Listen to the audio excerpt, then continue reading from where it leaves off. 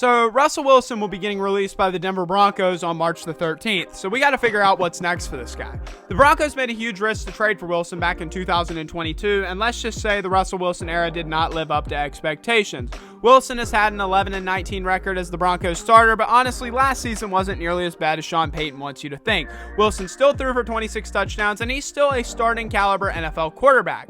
But now the Broncos have decided to look in a new direction, and they're willing to take the $89 million of dead cap that they need to do in order to make this move happen. But that's going to put them in quite the financial bind. But guess what? This video isn't about the Denver Broncos. It's about the future of Russell Wilson's career, because Wilson made it very known in his statement that he still wants to suit up and play ball, and much like Kirk Cousins, there are many opportunities for him to do just that. And actually, I think Kirk Cousins' current team is a great place to start, because if the Minnesota Vikings decide that Cousins is too big of an injury risk, or maybe they can't agree financially, because this is going to be Kirk Cousins' real last chance of getting big NFL money. So if they're not able to get a deal done, expect Russell Wilson to come up on the list of possible replacements, because I have this weird little feeling that Russell Wilson will be willing to take less money for a talented roster. And what quarterback wouldn't want to have a wide receiver room of Justin Jefferson and Jordan Addison?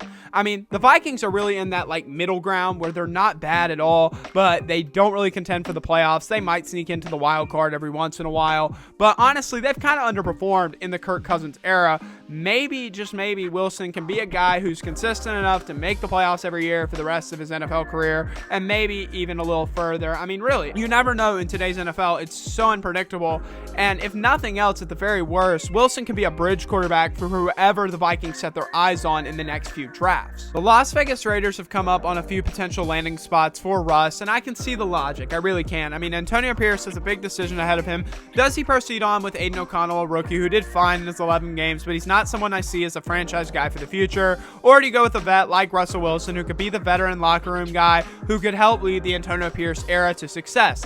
Much like Minnesota, the Raiders have a good wide receiver room with Devontae Adams and Hunter Renfrow being your main targets, but put it beyond the wide receivers. The offense is better with a guy like Josh Jacobs. The offensive line is better, and honestly, this roster is better. This defense is really, really solid, and I think Antonio Pierce's high energy fits Russell Wilson's positive attitude. I think this fit actually works a lot better than people are willing to give credit for, and if Russell Wilson wants bigger money than what many are anticipating, the Raiders can afford it. They really can. So honestly, this is looking like a really good spot for him. A very realistic landing spot is the Atlanta Falcons. Look, let's not sugarcoat things. The Falcons cannot go on with Desmond Ridder as the starting quarterback. He is not at that level. He's just not. And Raheem Morris has made it clear Atlanta is in the quarterback market, and it does not matter where that new signal caller comes from. Trade, free agency, draft, hobo found in the streets of Atlanta. It does not matter.